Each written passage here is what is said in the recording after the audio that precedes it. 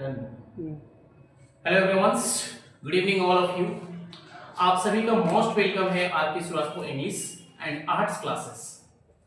ये क्लास में आप सभी का मोस्ट वेलकम है और आज की क्लास में आपको ये पढ़ाने वाले हैं रेनबो बुक एंड जो लिटरेचर है उसका प्रोज सेक्शन में चैप्टर नंबर 5 जिसका नाम है ideas that have helped Mankind और जिसका राइटर है ब्रेटन रसल साहब। और वो अपनी पूरी इस 13 पैराग्राफ में ये चैप्टर बना हुआ है और इस 13 पैराग्राफ के जो सारांश है, जो समरी है, उसको समराइज किया गया है।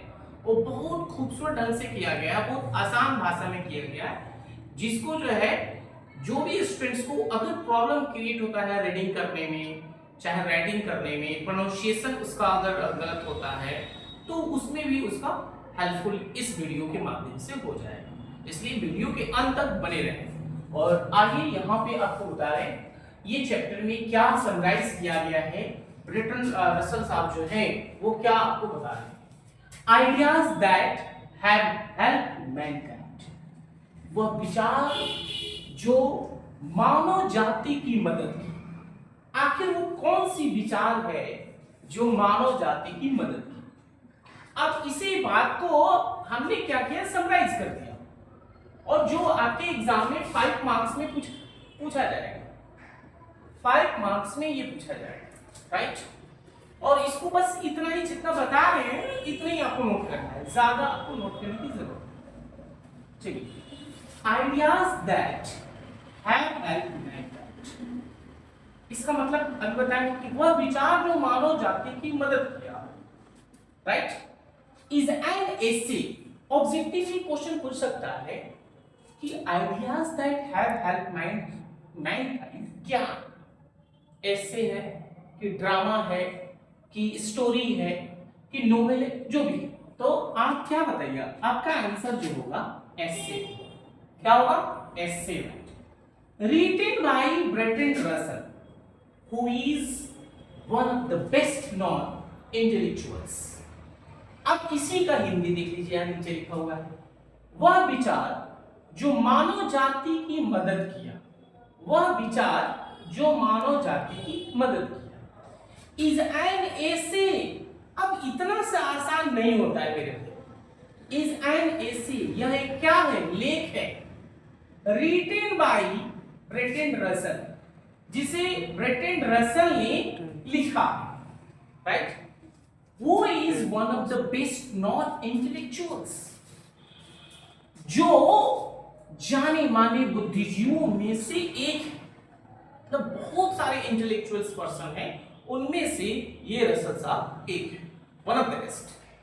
ठीक है, अब आइए नेक्स्ट में। अब नेक्स्ट लाइंस यहां से हैं, आप इसे नोट करके चलिए।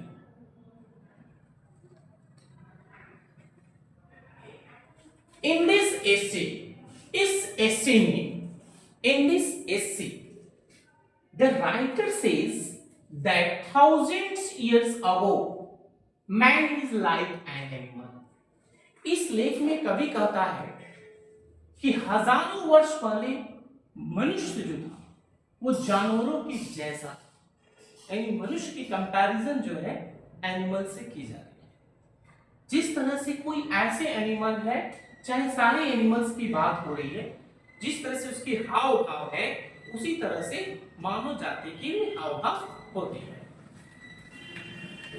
He lived in forests and caves, वो जंगलों और गुफाओं में रहते थे। केव्स का मतलब होता है गुफा, वो गुफाओं और फॉरेस्ट में रहा करते थे। इसी तरह से 100 years ago जो है, वह 1000 years ago जो है, जो मानव जाति यानी हम लोग जो होते थे, हम लोग के एंसेस्टर से एंसेस्टर के जनरेशन टू जनरेशन और बैक में जाओ तो उसमें आपको ये पता चलेगा कि लोग जो है जंगल झाड़ी में रहा करते थे। तभी तो मकान बनता था तो देखते फूस का मकान बन जाता था, बम्बूस का यूज किया जाता था, खरपतवार से घर मकान बन जाता था। तो वो उसी तरह से जंगल में, केव में लोग रहा करते थे। ठीक है, अब यहाँ पे देखिए, they have no knowledge about agriculture, उन लोगों को कृषि से संबंधित कोई ज्ञान था ही नहीं। उन उन लोगों को कृषि से संबंधित कोई ज्ञान नहीं था। Now we have discovered many things, अब हमने बहुत सारी वस्तुओं की खोज कर ली है। अब देखिए एग्जाम में कितना इजी है, नहीं लिखाएगा, बिल्कुल लिखाएगा। आज क्लियर कर लीजिए ना।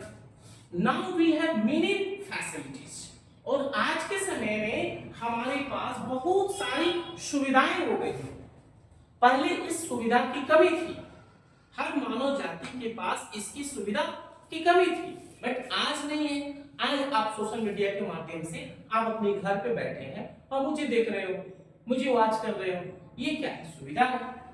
इसी तरह से अगला लाइन आप नोट कीजिएगा, और लास्ट लाइन ये आपके लिए बहुत, जितना भी सामने लिखिएगा लास्ट में ये जरूर लिखिएगा, right? So we are superior to animals, इसलिए हम जानवरों से उत्तम हैं। इसलिए मानव जो है, यानी हम लोग जो है जानवरों से क्या है? बेहतर, उत्तम है, सुपीरियर।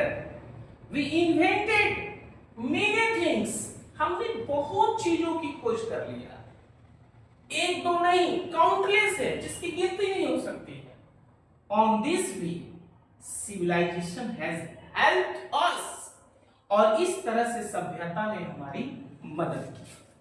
तो आप भी समझ गए कि मानव जाति की ये जो विचारधारा जो है, ये विचार जो है कैसे मदद की। और ब्रेटन रसल साहब जो है आइडियाज दैट हेल्प मैनकाइंड में ये सारी डिटेल रूप से बताए, जो कि आपको बताया गया है ऑफलाइन भी बेंचेस में, कि ये पैराग्राफ वाइज भी करके बताया। अगर उसमें किसी प्रकार की कोई दिक्कत है तो आप ये समरी को अच्छे से क्लियर कर लीजिए, आपको कोई दिक्कत नहीं। एग्जाम में बस इतना ही पूछेगा और आपको इतना ही लिखना है, और 5 मार्क्स जो है आपका यहाँ पे डन दिख रहा है, 5 मार्क्स आपका क्लियर हो जाएगा।